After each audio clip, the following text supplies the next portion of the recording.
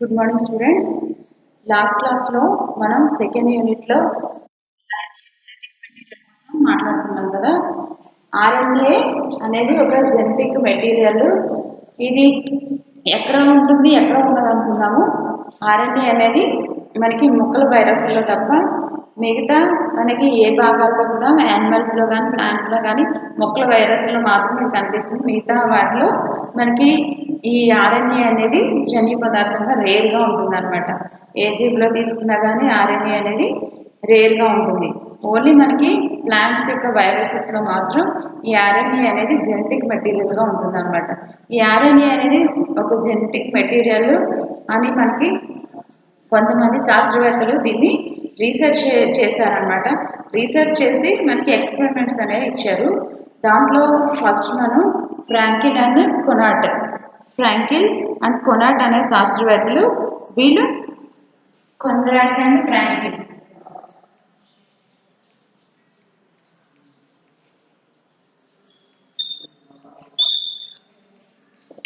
వీళ్ళ ఎక్స్పెరిమెంట్ కోసం Frankl and Conrad ఏం చేశారంటే వీళ్ళ ఎక్స్పెరిమెంట్ కోసం ఏం తీసుకున్నారంటే టీఎంవి తీసుకున్నారు, టొబాకో మొజాయిక్ వైరస్.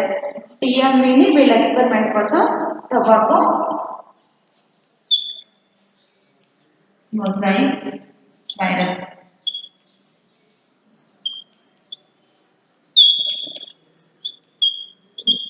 ఎక్స్పెరిమెంట్ కోసం టీఎంవిని తీసుకున్నారు. ఈ టీఎంవిని తీసుకొని దాంట్లో ఆర్ఎన్ఏ అనేది జన్యు పదార్థంగా ఉంది అన్న విషయాన్ని తెలియజేశారనమాట ఫ్రాంకిల్ అండ్ కొన్రాడ్. దీనికోసం ఏం చేశారంటే ఈ టీఎంవి టొబాకో మొజాయిక్ వైరస్ కలిగిన ప్లాంట్ని తీసుకున్నారు. ఈ ప్లాంట్ని తీసుకొని టొబాకోకి ఈ మొజాయిక్ కలిగిన వైరస్ కలిగిన ప్లాంట్ తీసుకొని దాని నుంచి ఈ టీఎంవి ప్రోటీన్ భాగాన్ని సపరేట్ చేశారనమాట.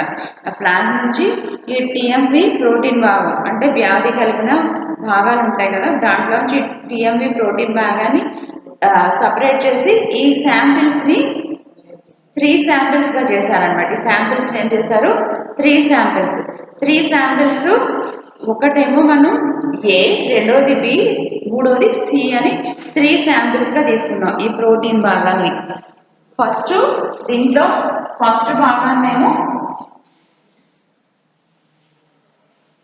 ఫస్ట్ భాగం ఏమి చెప్తున్నామంటే ఏ అంటున్నాం కదా, ఏని ఆర్ఎన్ఏ శాంపిల్గా తీసుకున్నాము, ఆర్ఎన్ఏ మిశ్రమం. రెండోది బి, ప్రోటీన్ మిశ్రమం.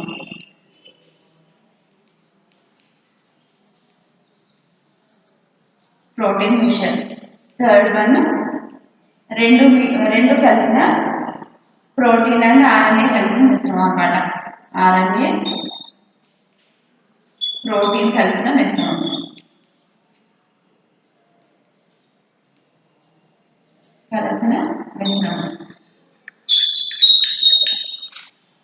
ఏం చేశారమ్మా, టీఎంవి నుంచి ఏం చేశారు, ప్రోటీన్ భాగాన్ని సపరేట్ చేసి వీటిని 3 టైప్స్ శాంపిల్స్గా చేశారు.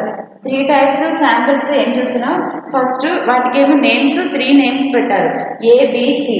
ఫస్ట్ శాంపిల్ ఏంటంటే సపరేట్ చేసింది ఆర్ఎన్ఏ మిశ్రమం, రెండోది ప్రోటీన్ మిశ్రమం, మూడోది ప్రోటీన్ ఆర్ఎన్ఏ రెండు కలిసిన మిశ్రమం అనమాట.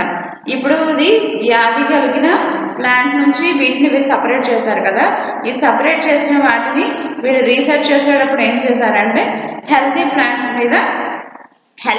కూడా తీసుకున్నారు. Healthy plants, tobacco plants 3 plants తీసుకొని ఈ మనకి ఫస్ట్ ఏ మిశ్రమం అయితే ఉందో, ఏ మిశ్రమం ఉంది కదా, ఆర్ఎన్ఏ మిక్చర్ ఉంది కదా, దాన్ని తీసుకెళ్ళి ఫస్ట్ ప్లాంట్ మీద అప్లై చేశారు. రెండో మిశ్రమం బి మిశ్రమం ఉంది కదా, ప్రోటీన్ మిక్చర్ తీసుకెళ్ళి సెకండ్ ప్లాంట్ మీద, థర్డ్ ప్లాంట్ మీద రెండు కలిసి ఆర్ఎన్ఏ ప్రోటీన్ రెండు మిక్స్ అయి ఉన్న మనకి లిక్విడ్ ఏదైతే ఉందో దాన్ని తీసుకెళ్ళి థర్డ్ ప్లాంట్ మీద అప్లై చేశారు. ఈ 3 ప్లాంట్స్ మీద అప్లై చేసి అబ్జర్వ్ చేశారనమాట. ప్లాంట్స్ని అబ్జర్వ్ చేశారు. కొన్ని రోజులు అబ్జర్వ్ చేసినప్పుడు వీళ్ళకి అర్థమైంది ఏంటంటే ఫస్ట్ ఆర్ఎన్ఏ మిక్చర్ వేసిన ప్లాంట్కి వెంటనే టీఎంవి అటాక్ అయింది అనమాట. నెక్స్ట్ సెకండ్ ప్లాంట్ మీద ప్రోటీన్ మిక్చర్ వేశారు కదా, ఆ ప్లాంట్ని అబ్జర్వ్ చేసినప్పుడు ఆ ప్లాంట్ హెల్తీగానే ఉంది, దానికి టీఎంవి మొజాయిక్ వైరస్ అనేది అటాక్ అవ్వలేదు అనమాట. థర్డ్ ప్లాంట్ని అబ్జర్వ్ చేసినప్పుడు థర్డ్ ప్లాంట్ కూడా ఈ టీఎంవి మొజాయిక్ వైరస్ అనేది, టొబాకో మొజాయిక్ వైరస్ దీనికి కూడా అటాక్ అయింది, దీనికి కూడా డిసీజ్ అనేది అటాక్ అయింది అనమాట. దీన్ని బట్టి ఈ ప్రోటీన్లో డిఎన్ఏ ఉండదు, ఆర్ఎన్ఏ అనేది ప్రోటీన్ భాగంలో ఉండదు. ఈ ప్రోటీన్ భాగం అనేది ఏమి డిసీజెస్ని కలిగించలేదు, ఓన్లీ ఆర్ఎన్ఏ మాత్రమే జెనెటిక్ మెటీరియల్, ప్రోటీన్ భాగం అనేది జెనెటిక్ మెటీరియల్ కాదు. దేంట్లో తీసుకున్నా మనకి ప్రోటీన్ కంపల్సరీ ఉంటుంది కదా, ఏ కణంలో తీసుకున్నా ప్రోటీన్ అనేది ఇది జెనెటిక్ మెటీరియల్ కాదు, ఓన్లీ ఆర్ఎన్ఏ మాత్రమే జెనెటిక్ మెటీరియల్. ఇది వెక్టర్గా పనిచేసి ఇది ఏం చేస్తుంది, అనువంశికంగా వ్యాధులు కూడా కలిగించే కెపాసిటీ దీనికి ఉంది అని చెప్పి కొన్నాట్ అండ్ మనకి ఫ్రాంకిల్ అనే శాస్త్రవేత్తలు తెలియజేశారనమాట. ఇది ఏం చేస్తుంది, ఆర్ఎన్ఏ అనేది ఒక జెనెటిక్ మెటీరియల్ కాబట్టి ఇది వ్యాధిని టీఎంవిని కలిగించగలిగింది అనమాట. ఇంకా ఇలాగా చాలా ప్లాంట్స్ మీద వీళ్ళు ఆర్ఎన్ఏని జెనెటిక్ మెటీరియల్ అనేసి చాలా ప్లాంట్స్ మీద వీళ్ళు నిరూపించడం అనేది జరిగింది అనమాట. తర్వాత రీసెర్చ్ చాలా ప్లాంట్స్ తీసుకొని ఫస్ట్ టొబాకో మొజాయిక్ చేశారు కదా, టీఎంవి రీసెర్చ్ చేశారు, తర్వాత ఆర్ఎన్ఏ అనేది జెనెటిక్ మెటీరియల్ అని చాలా ప్లాంట్స్ మీద రీసెర్చ్ చేశారనమాట. వీళ్ళతో పాటు ఇంకా కొంతమంది శాస్త్రవేత్తలు కూడా వీళ్ళతో పాటు రీసెర్చ్ చేయడం అనేది జరిగింది అనమాట. వీళ్ళతో పాటు కొంతమంది శాస్త్రవేత్తలు రీసెర్చ్ చేశారు. ఇది మనకి ఆర్ఎన్ఏ అనేది జెనెటిక్ మెటీరియల్, ఇది మనకి ఓన్లీ మొక్కల వైరస్లో మాత్రమే ఉంటుందన్నమాట. ఇంకా మనకి ఇంకా మిగతా అన్ని భాగాల్లో కూడా డిఎన్ఏనే కనిపిస్తుంది. రేర్గా మాత్రమే మనకి ఆర్ఎన్ఏ అనేది జెనెటిక్ మెటీరియల్గా ఉంటుంది. ప్రోటీన్ భాగాల్లో మాత్రం ఇది ఈ మనకి ఆర్ఎన్ఏ అనేది ఉండదు అనమాట, ప్రోటీన్ భాగాల్లో ఉండదు, ఓన్లీ మనకి ఆర్ఎన్ఏ జెనెటిక్ ఆర్ఎన్ఏ భాగాల్లోనే మాత్రమే ఉంటుంది అనమాట. ప్రోటీన్ భాగంలో ఇది జెనెటిక్ మెటీరియల్గా ఉండదు అనమాట, జెనెటిక్ మెటీరియల్ ప్రోటీన్ భాగంలో ఉండదు అనమాట. అది వ్యాధిని కలిగించే కెపాసిటీ ప్రోటీన్ భాగానికి లేదు. నెక్స్ట్ మనం డిస్కస్ చేసుకునేది న్యూక్లిక్ యాసిడ్స్ కోసం. నెక్స్ట్ న్యూక్లిక్ యాసిడ్స్, కేంద్రక ఆమ్లాలు న్యూక్లిక్ యాసిడ్స్. ఏ జీవిలో తీసుకున్నా మనకి ఏం కనిపిస్తాయమ్మా, 2 types ఆఫ్ న్యూక్లిక్ యాసిడ్స్ మనకి కనిపిస్తూ ఉంటాయి. 2 types ఆఫ్ న్యూక్లిక్ యాసిడ్స్ కనిపిస్తూ ఉంటాయి. వాటిని ఏమని చెప్తాము, న్యూక్లిక్ యాసిడ్స్, 2 న్యూక్లిక్ యాసిడ్స్ని, ఫస్ట్ది డిఎన్ఏ, రెండోది ఆర్ఎన్ఏ.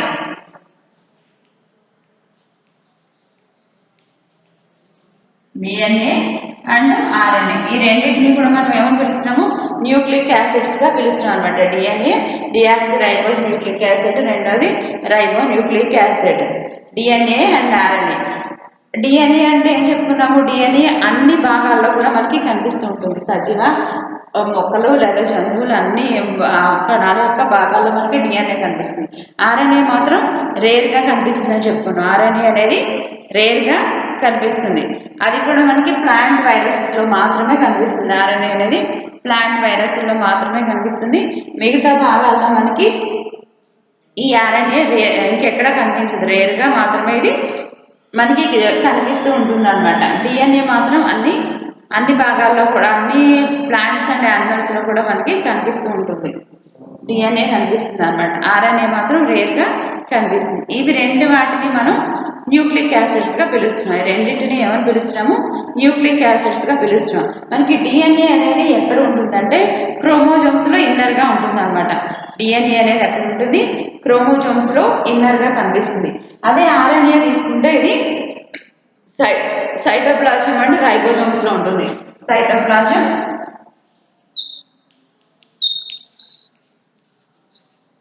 And ribosome.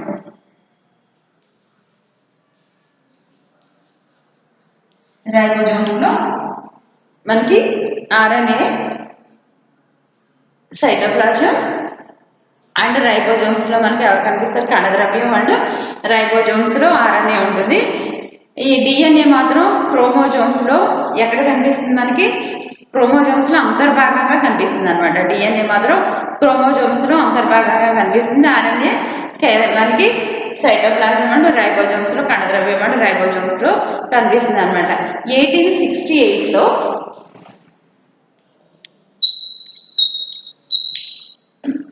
ఫ్రెడరిక్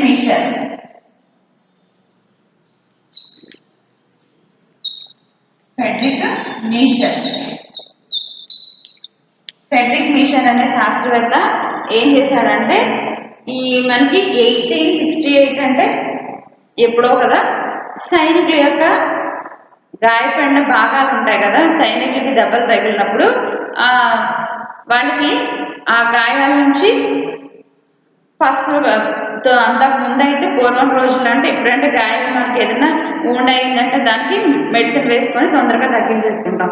పూర్వం రోజుల్లో ఏ గాయమైనా తొందరగా తగ్గేది కాదనమాట. ఈయన ఏం చేశాడంటే, సైనికుల యొక్క గాయాలకైనా ఆ పుండికి ఆ పస పట్టిన సెల్స్ ఉంటాయి కదా, పుండికి చీము పడుతూ ఉంటుంది కదా, ఈ చీము కణాలని పస్ సెల్స్ ని అబ్జర్వ్ చేశాడు అనమాట. ఈ పస్ సెల్స్ యొక్క కణాల్లోని కేంద్రకం నుంచి కేంద్రక పదార్థాన్ని సపరేట్ చేశాడు. ఏం చేశాడమ్మా, సైనికుల యొక్క గాయాలకి చీము పట్టిన భాగం ఉంటుంది కదా, ఈ పస్ సెల్స్ నుంచి ఏం చేశాడు, ఆ సెల్స్ యొక్క న్యూక్లియస్ నుంచి న్యూక్లియన్ మెటీరియల్ని సపరేట్ చేశాడు అనమాట. న్యూక్లియన్ మెటీరియల్ని సపరేట్ చేసి దాన్ని అబ్జర్వ్ చేశాడు. న్యూక్లియన్ మెటీరియల్ అబ్జర్వ్ చేసినప్పుడు ఆయనకి ఏం తెలిసిందంటే, దీంట్లో ఎక్కువగా నైట్రోజన్ అండ్ ఫాస్ఫరస్ ఎక్కువగా ఈ మనకి ఫస్ట్ సెల్స్ లో సపరేట్ చేసిన ఈ న్యూక్లిక్ కేంద్రక మెటీరియల్ ఉంది కదా, కేంద్ర పదార్థం ఉంది కదా, దాంట్లో కనిపించినాయి అనమాట. నైట్రోజన్ అండ్ ఫాస్ఫరస్ అనేది ఎక్కువగా ఆ భాగాల్లో కనిపించింది. దానికి కనిపించింది కాబట్టి ఈయన ఎక్కడి నుంచి తీశాడు, ఈ మెటీరియల్ని కేంద్రకం నుంచి తీశాడు.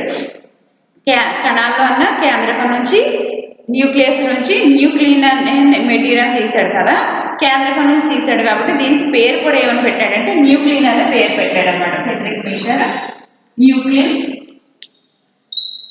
న్యూక్లియన్ అనే పేరు పెట్టాడు. దీంట్లో మనకి ఏం చెప్పుకున్నాము, ఫాస్ఫరస్ అండ్ పొటాషియం అనేది ఎక్కువగా ఈ పస్ సెల్స్ లో ఈ న్యూక్లియన్ మెటీరియల్ ఉండడం గమనించాడు కదా. రాను ఈ మెటీరియల్ ఏ ప్రాపర్టీని కలిగి ఉన్నాయంటే ఎసిడిక్ ప్రాపర్టీని కలిగి ఉన్నాయన్నమాట. యాసిడ్ ధర్మాన్ని కలిగి ఉండడం ఈయన గమనించారు. రాను ఇంక ఇలాగే రీసెర్చ్ చేస్తూ ఉంటారు కదా, చేస్తూ ఉన్నప్పుడు అబ్జర్వ్ చేసింది ఏంటంటే, ఈ మనకి న్యూక్లియన్ మెటీరియల్ ఏదైతే ఉందో అది ఏ ప్రాపర్టీని కలిగి ఉంది, ఎసిడిక్ ప్రాపర్టీని కలిగి ఉంది అనమాట. ఇది ఆమ్ల ధర్మాన్ని కలిగి ఉంది కాబట్టి దీనికి ఏమని పేరు పెట్టారంటే న్యూక్లిక్ యాసిడ్ అని పేరు పెట్టారనమాట. న్యూక్లిక్ యాసిడ్ అని పేరు పెట్టారు. ఏం పేరు పెట్టారమ్మా, న్యూక్లిక్ యాసిడ్ అని పేరు పెట్టారు. ఎందుకంటే ఆమ్ల ధర్మాన్ని కలిగి ఉంది. మనం చెప్పుకుంటున్నాం కదా, నైట్రోజన్ అండ్ ఫాస్ఫరస్ దీంట్లో చాలా ఎక్కువగా కనిపిస్తూ ఉండడం గమనించాడు. ఈయన ఏం తీసుకున్నాడు, ఫస్ట్ సెల్స్ తీసుకున్నాడు అనమాట. సైనికులు ఏదో ఒక సైనికులు తీసుకొని వాళ్ళకైన గాయాల యొక్క ఆ భాగంలో చీము భాగాన్ని తీసుకొని ఆ కణం యొక్క కేంద్రకం నుంచి న్యూక్లియన్ అనే పదార్థాన్ని ఈయన వేరు చేసి ఆ పదార్థానికి ఏమని పేరు పెట్టాడు, న్యూక్లియన్ అని పేరు పెట్టాడు. ఇక్కడ ఏం అబ్జర్వ్ చేశాడంటే, ఆ పదార్థంలో నుంచి, ఆ చీము పదార్థం నుంచి ఏం కనిపించింది ఇతనికి, దాంట్లో ఎక్కువగా నైట్రోజన్ ఫాస్ఫరస్ ఎక్కువగా కనిపిస్తుంది అనమాట. ఇంకా రాను రీసెర్చ్ చేసినప్పుడు ఇవి ఏ ధర్మాన్ని కలిగి ఉన్నాయంటే ఆమ్ల ధర్మాన్ని కలిగి ఉన్నాయి కాబట్టి దీనికి ఏమని పేరు పెట్టాడు, న్యూక్లిక్ యాసిడ్ అని పేరు పెట్టాడు అనమాట. న్యూక్లిక్ యాసిడ్ అని పేరు పెట్టాడు. మనకి న్యూక్లిక్ యాసిడ్స్ అనేవి 3 types గా తీసుకుంటాం అనమాట. న్యూక్లిక్ యాసిడ్స్ అనేవి ఎన్నిగా తీసుకుంటామమ్మా, 3 types ఆఫ్ న్యూక్లిక్ యాసిడ్స్ ని తీసుకుంటాం. వీటిని ఏమంటామంటే కేంద్రక ఆమ్లాల్లోని అనుఘటకాలుగా ఏమంటున్నాం, వీటిని కేంద్రక ఆమ్లాల్లోని. ఇప్పుడు మనం వాళ్ళు చెప్పుకున్నది ఇంట్రడక్షన్. నెక్స్ట్ నుంచి కేంద్రక ఆమ్లాల్లోని అనుఘటకాలు. కేంద్రక ఆమ్లాల్లోని మనకి పునరావృత న్యూక్లియోటైడ్స్ ఉంటాయి కదా, పునరావృత కేంద్రకాలను ఏమని పిలుస్తున్నాం అంటే న్యూక్లియోటైడ్స్ గా పిలుస్తున్నాం అనమాట. రిపీటెడ్ యూనిట్స్ని ఏమని పిలుస్తున్నామంటే న్యూక్లియోటైడ్స్ అని పిలుస్తున్నాం. వేటినమ్మా కేంద్రక ఆమ్లాల్లో ఉండే మనకి కేంద్రక ఆమ్లాలు న్యూక్లిక్ యాసిడ్స్లో ఉండే రిపీటెడ్ యూనిట్స్ని న్యూక్లియోటైడ్స్ అంటాం.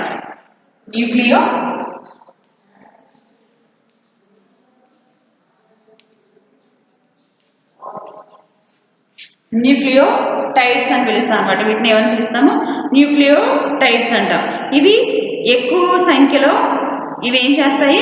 ఎక్కువ సంఖ్యలో అత్యధిక సంఖ్యలో కలిసి పాలీన్యూక్లియోటైడ్స్ గొలుసు రూపంలో కేంద్రక ఆమ్లాన్ని ఏర్పరుస్తాయి అన్నమాట. పాలీన్యూక్లియోటైడ్ గొలుసు రూపంలో ఏం చేస్తాయి? ఇవి కేంద్రక ఆమ్లాన్ని ఏర్పరుస్తాయి. ఇవన్నీ ఎక్కువ సంఖ్యలో కలిసి ఏం చేస్తాయి?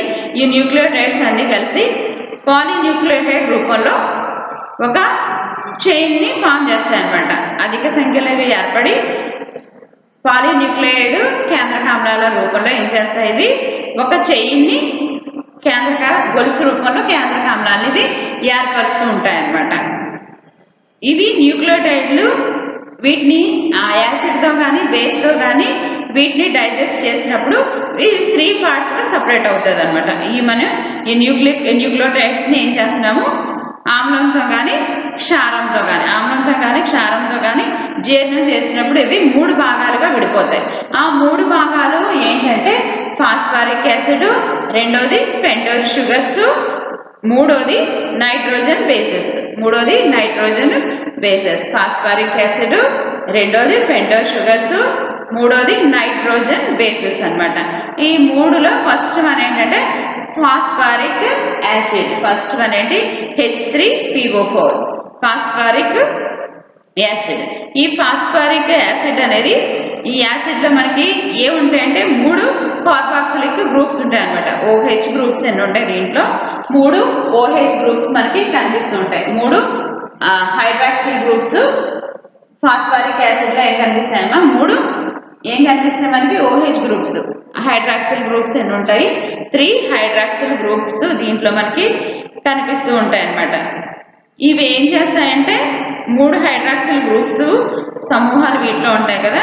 ఇవి ఏం చేస్తాయంటే 2 చక్కెరలతో 2 షుగర్స్తో ఇవి బాండింగ్ని ఫామ్ చేసుకుంటాయి అన్నమాట. 2 షుగర్స్తో ఏం చేస్తాయి? బాండింగ్ని ఫామ్ చేసుకుంటాయి. 2 షుగర్స్తో ఇవి బాండింగ్ని ఫామ్ చేసుకుంటాయి. ఏర్పరచుకొని ఇవి DNA మరియు RNA యొక్క మూలాధారాన్ని ఇవి ఏర్పరచుకుంటాయి. DNA మరియు RNA యొక్క మూలాధారాన్ని ఇవి ఏర్పరచుకుంటాయి అన్నమాట. ఒక ఫాస్ఫేట్ తీసుకున్నాం అనుకోండి, ఆ ఫాస్ఫేట్లో మనకి ఒక చక్కెరలోని 5వ స్థానం వద్ద కార్బన్ పరమాణువుతో 5వ స్థానం వద్ద ఏం చేస్తుంది? షుగర్లోని 5వ స్థానం వద్ద కార్బన్తో ఇది బంధాన్ని ఏర్పరచుకుంటుంది. అదే 2వ చక్కెరలో ఇది ఏం చేస్తుంది? 3వ స్థానం వద్ద కార్బన్ పరమాణువుతో బంధాన్ని ఏర్పరచుకుంటుంది అనమాట. బంధాన్ని 5వ స్థానం వద్ద 3వ స్థానం వద్ద కూడా బంధాన్ని 5వ స్థానం వద్ద 3వ స్థానం వద్ద కూడా ఏం చేస్తుంది? ఇది బంధాన్ని ఏర్పరచుకుంటుంది. 2 షుగర్స్తో కూడా బంధాన్ని ఏర్పరచుకుంటుంది. 2 షుగర్స్తో కూడా ఫస్ట్ దాని దగ్గరేమో 5వ స్థానం దగ్గర దేంతో యాడ్ అవుతుంది? ఇది కార్బన్ పరమాణువుతో ఇది లింకప్ అయ్యి బంధాన్ని ఏర్పరచుకుంటుంది అనమాట. కార్బన్ పరమాణువుతో బంధాన్ని ఏర్పరచుకుంటుంది 5వ స్థానం వద్ద. రెండోది 3వ స్థానం వద్ద బంధాన్ని ఏర్పరచుకుంటుంది అనమాట. 3వ స్థానం వద్ద బంధాన్ని ఏర్పరచుకుంటుంది. ఇలా మనకి కార్బన్ పరమాణువుతో 5, 3 స్థానాల వద్ద బంధాన్ని ఏర్పరచుకుంటున్నాయి కాబట్టి వీటిని ఏమని పిలుస్తామంటే ఎస్టర్ బంధాలు అని పిలుస్తాం అనమాట. వీటిని ఏమని పిలుస్తామమ్మా? ఎస్టర్ బంధాలు అంటాం. వీటిని ఎస్టర్ బంధాలు అని పిలుస్తాం అన్నమాట. ఇవి 2 చోట్ల బంధాన్ని ఏర్పరచుకుంటున్నాయి కాబట్టి 5, 3 2 స్థానాల్లో కూడా ఇవి ఏం చేస్తున్నాయి? బంధాన్ని ఏర్పరచుకుంటున్నాయి కాబట్టి ఫాస్ఫో డైఎస్టర్స్గా పిలుస్తాం అనమాట. ఏమంటాం? వీటిని ఫాస్ఫో డైఎస్టర్స్ అని పిలుస్తాం.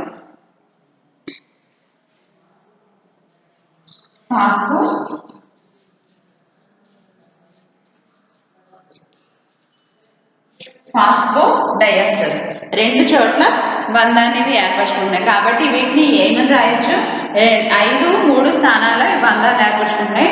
దీంట్లో మనకి ఫాస్ఫరిక్ యాసిడ్ లో ఏం కనిపిస్తాయి? 3 మనకి హైడ్రాక్సిల్ గ్రూప్స్ 1 2 3 హైడ్రాక్సిల్ గ్రూప్స్ ఉంటాయి. ఇది ఏం చేస్తుంది? కార్బన్ పరమాణుతో 2 షుగర్స్ కలిపి కార్బన్ పరమాణుతో బాండింగ్ అనేది ఫామ్ చేసుకుంటుంది కాబట్టి వీటిని ఎస్టర్స్ అంటున్నాం. 2 చోట్ల ఇవి బాండింగ్ ఫామ్ చేసుకుంటున్నాయి కాబట్టి వీటిని డైఫాస్ఫో ఎస్టర్స్ అని పిలుస్తున్నాం.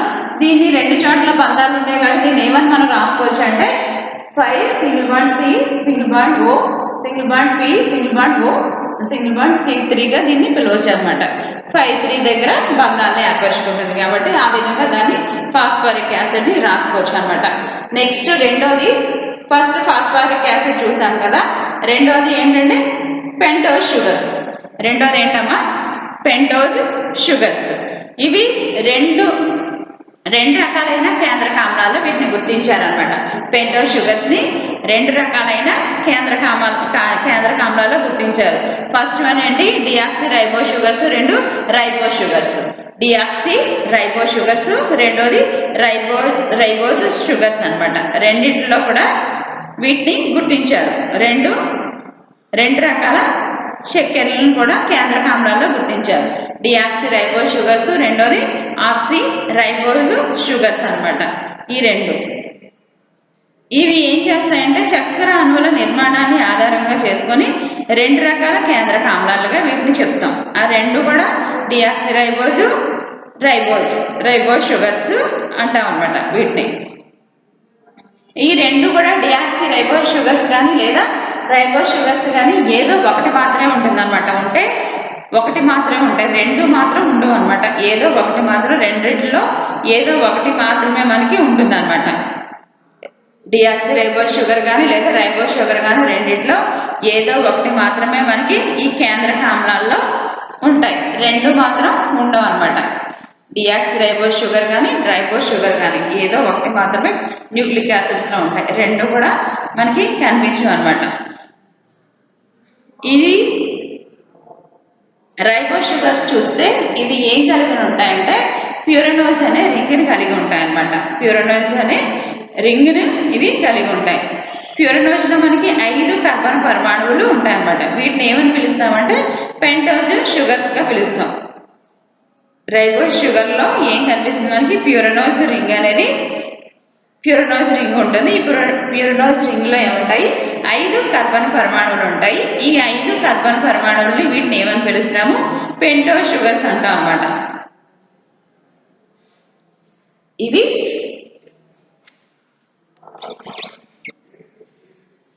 దీన్ని ప్యూరనోజ్ రింగ్ గా తీసుకుంటున్నాం.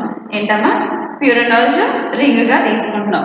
ఈ ప్యూరనోజ్ లో ఎన్ని మనకి కార్బన్ మాలిక్యూల్స్ ఉంటాయంటే 5 కార్బన్ మాలిక్యూల్స్ ఉంటాయి అన్నమాట. ఎన్ని? 1 2 3 4 5 కార్బన్ మాలిక్యూల్స్. దీన్ని ప్యూరనోజ్ రింగ్ గా తీసుకుంటున్నాం అన్నమాట. దీంట్లో మనకి దీన్ని ఏమంటున్నాము? డి రైబోజ్ గా పిలుస్తున్నాం. దీన్ని ఏమని పిలుస్తున్నాము? 5 కార్బన్ పరమాణువులు కలిగిన ప్యూరనోజ్ రింగ్ ని డియాక్సీ రైబోజ్ గా పిలుస్తున్నాం అనమాట.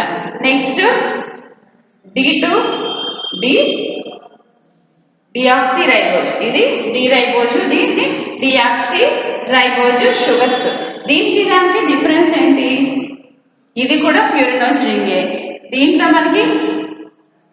కూడా 5 కార్బన్ మాలిక్యూల్స్ ఉన్నాయి. కానీ దీనికి దానికి ఏంటి అంటే డిఫరెన్స్ అబ్జర్వ్ చేస్తే మనకి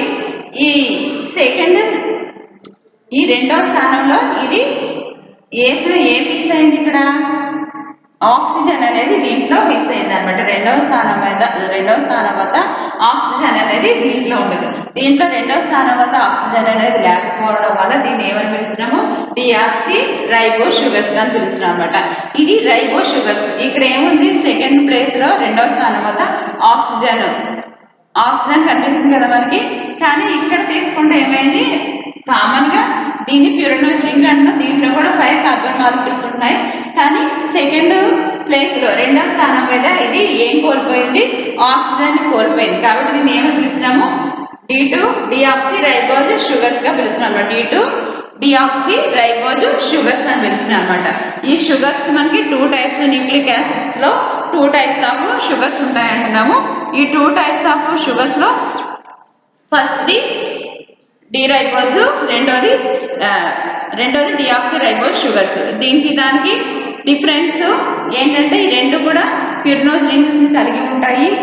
ప్యూరినోజ్ రింగ్స్ రెండు కూడా కలిగి ఉంటాయి. ప్లస్ 5 కార్బన్ మాలిక్యూల్స్ రెండిట్లో కామన్, కానీ రెండో స్థానం వద్ద ఏ ఉండదు. దీంట్లో ఆక్సిజన్ అనేది లేకపోవడం వల్ల దీన్ని ఏమని పిలుస్తున్నాము, డిఆక్సీ రైబోస్ షుగర్స్ గా పిలుస్తున్నాం అనమాట. వీటిలో రెండు షుగర్స్ లో కన్నా కూడా మనకి 1 2 3 4 5 ప్లేసెస్ ని మనం గుర్తిస్తాం, ఐడెంటిఫై చేస్తాం. ప్రతి ఈ ప్యూరినోజ్ రింగ్ లో స్థానాలు 1 2 3 4 5 స్థానాల్ని గుర్తిస్తాం, ఐడెంటిఫై చేస్తాం అనమాట. 5 స్థానాలని కూడా 1 నుంచి 5 వరకు ప్లేసెస్ మనం గుర్తిస్తాం. రెండో ప్లేస్ లో మాత్రం ఆక్సిజన్ లేకపోవడాన్ని ఏమని పిలుస్తున్నాము, D2 డిఆక్సీ రైబోస్ షుగర్ గా పిలుస్తున్నాం అనమాట. D2 deoxy ribose sugars. Next third one nitrogen bases అనుకున్నాం కదా. థర్డ్ వన్ ఏంటి, ఫస్ట్ ఫాస్ఫరిక్ యాసిడ్, రెండోదేమో పెండో షుగర్స్, థర్డ్ వన్ ఏం చెప్తున్నాం, నైట్రోజన్ బేసెస్ అనమాట. థర్డ్ వన్ ఏంటమ్మా, నైట్రోజన్ బేసెస్. ఈ నైట్రోజన్ బేసెస్ ఏ రూపంలో ఉంటాయంటే మనకి కేంద్రక ఆమ్లాల్లో ప్యూరిన్స్ అండ్ పిరిమిడిన్స్ రూపంలో ఉంటాయన్నమాట. ఏ రూపంలో ఉంటాయి,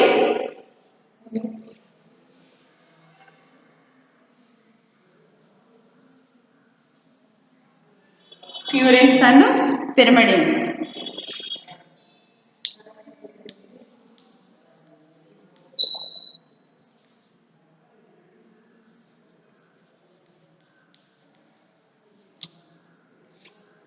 ఇవి third one nitrogen క్షారాలు.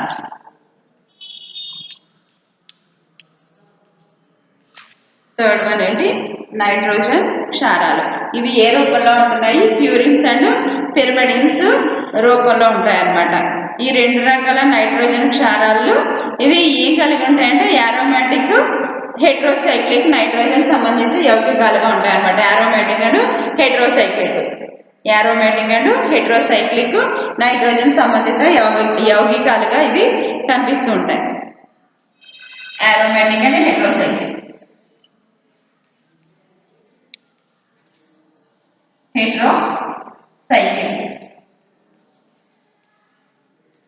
Aromatic and heterocyclic nitrogen సంబంధిత యౌగికాలుగా మనకు కనిపిస్తే దీంట్లో ప్యూరిన్స్ పిరిమిడిన్స్ ఉంటున్నాయి అంటున్నాం కదా. ఫస్ట్ ప్యూరిన్స్ కోసం మాట్లాడుకుంటాం. ఫస్ట్ ఏంటి, ప్యూరిన్స్. ఈ ప్యూరిన్స్ అనేది 2 వలయాలతో తయారు చేయబడి ఉంటుంది అనమాట. ఇది దేంతో తయారు చేయబడి ఉంటుంది, 2 వలయాలతో తయారు చేయబడి ఉంటుంది. వీటిలో మనకి 6 కార్బన్ పరమాణువులు ఉన్న బెంజీన్ రింగ్ ఉంటుంది. 6 కార్బన్ పరమాణువులు ఉన్న బెంజీన్ రింగ్ మనకి దీంట్లో ఉంటుంది అనమాట. మనకి ఈ కార్బన్ పరమాణువులు ఉన్న బెంజీన్ రింగ్ తో పాటు దీంట్లో మనకి ఇమిడాజోల్ 5 కార్బన్ పరమాణువులతో ఇమిడాజోల్ కూడా ఉంటుంది. ఇది మనకి 6 కార్బన్ పరమాణువులతో ఉన్న ఏం తీసుకుంటున్నాము, 6 కార్బన్ పరమాణువులతో ఉన్న బెంజీన్ రింగ్. ఈ బెంజీన్ రింగ్ లో దీని పక్కన మనకి కనిపించేది ఏంటి, 5 కార్బన్ పరమాణువులతో ఉన్న ఇమిడాజోల్ కనిపిస్తుంది అనమాట. మనకి 1 2 3 స్థానాల్లో ఏం కనిపిస్తున్నాయి, మనకి 1 2 3 స్థానాల్లో ఇక్కడ కార్బన్ బదులు నైట్రోజన్ ఉంటుంది. అదేవిధంగా 6 3 1 2 స్థానాల్లో నైట్రోజన్, 6 3 స్థానాల్లో కూడా మనకి ఏం కనిపిస్తుంది, నైట్రోజన్ కనిపిస్తుంది అనమాట. 1 3 స్థానాల్లో కార్బన్ బదులు నైట్రోజన్. అదేవిధంగా 7 9 1 3 ఈ ప్లేసెస్ లో మనకి ఏం కనిపిస్తుంది, ఇక్కడ యాక్చువల్ గా కార్బన్ ఉండాలి. కార్బన్ ప్లేస్ లో మనకి 1 3 ప్లేసెస్ లో నైట్రోజన్ 1 3. అదేవిధంగా 7 9 ప్లేసెస్ లో నైట్రోజన్ మనకి కార్బన్ ప్లేస్ లో నైట్రోజన్ కనిపిస్తుంది అనమాట. ఇవి 6 కార్బన్ పరమాణువులు కలిగిన ఈ ప్యూరిన్స్ అనేవి ఏంటి, 6 కార్బన్ పరమాణువులు కలిగిన బెంజీన్ రింగ్ కలిగి ఉంటాయి. దాని పక్కన ఇది 5 కార్బన్ పరమాణువులు కలిగిన దేంతో మనకి ఇమిడాజోల్, దీన్ని ఏమంటామో ఇమిడాజోల్ అనే రింగ్ తో ఇవి అటాచ్ అయి ఉంటాయి అన్నమాట. ఇమిడాజోల్ తో అటాచ్ అయి ఉంటాయి. దీంట్లో మనకి 6 కార్బన్ పరమాణువులు అంటున్నాం కదా. కానీ 1 ప్లేస్లోను 3 ప్లేస్లోను కార్బన్స్ బదులు నైట్రోజన్స్ ఉంటాయి. అదేవిధంగా 7 అండ్ 9 ప్లేసెస్లో కార్బన్స్ బదులు నైట్రోజన్ ఉంటుంది. ఇది 5, 4 ప్లేస్లో 4, 5 ప్లేస్లో ఈ మనకి బెంజీన్ రింగ్కి ఈ ప్యూరినోస్ రింగ్ అటాచ్ అయి ఉంటుంది అనమాట. ఏ ప్లేస్లో 4, 5 ప్లేసెస్లో ఈ బెంజీన్ రింగ్కి ఈ ఇమిడజోల్ రింగ్ అనేది అటాచ్ అయి ఉంటుంది. ఓన్లీ ఇక్కడ గుర్తుపెట్టుకోవాల్సింది ఏంటంటే 6 కార్బన్ పర్మాణుస్ ఉన్న మనకి బెంజీన్ రింగ్ ఉంటుంది. ఈ బెంజీన్ రింగ్కి 5 కార్బన్ మాలిక్యూల్స్ ఉన్న మనకి ఇమిడజోల్ రింగ్ దీనికి అటాచ్ అయి ఉంటుంది. ప్లస్ ప్లేసెస్ ఏం చెప్తాము 1, 3 ప్లేసెస్లో కార్బన్ ఉన్న ప్లేస్లో నైట్రోజన్ ఉంటుంది. అదేవిధంగా 9 ప్లేసెస్లో ఇక్కడ కూడా కార్బన్ మాలిక్యూల్స్ ఉండాల్సిన ప్లేస్లో నైట్రోజన్ మాలిక్యూల్స్ ఉంటాయి. ఈ మనకి ఏదైతే బెంజీన్ రింగ్ ఉందో ఈ బెంజీన్ రింగ్కి ఇమిడజోల్ అటాచ్ అయింది కదా.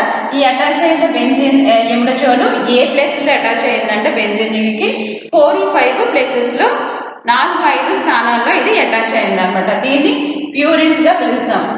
6 ఎమైనో ప్యూరిన్ అంటాం. దీన్ని ఏమని పిలుస్తాం? 6 ఎమైనో ప్యూరిన్. దీన్ని ఎడినైన్ అని పిలుస్తాం అనమాట. అదేంటిది ఇలా వేసిన దాన్ని ఈ బెంజీన్ అండ్ ఇమిడజోల్ రింగ్ ఉన్నదాన్ని ఎడినైన్ అని పిలుస్తున్నాం అనమాట. దీన్ని ఎడినైన్ అని పిలుస్తున్నాం అనమాట. Thank you. Next topic next క్లాస్లో డిస్కస్ చేస్తాం. Thank you.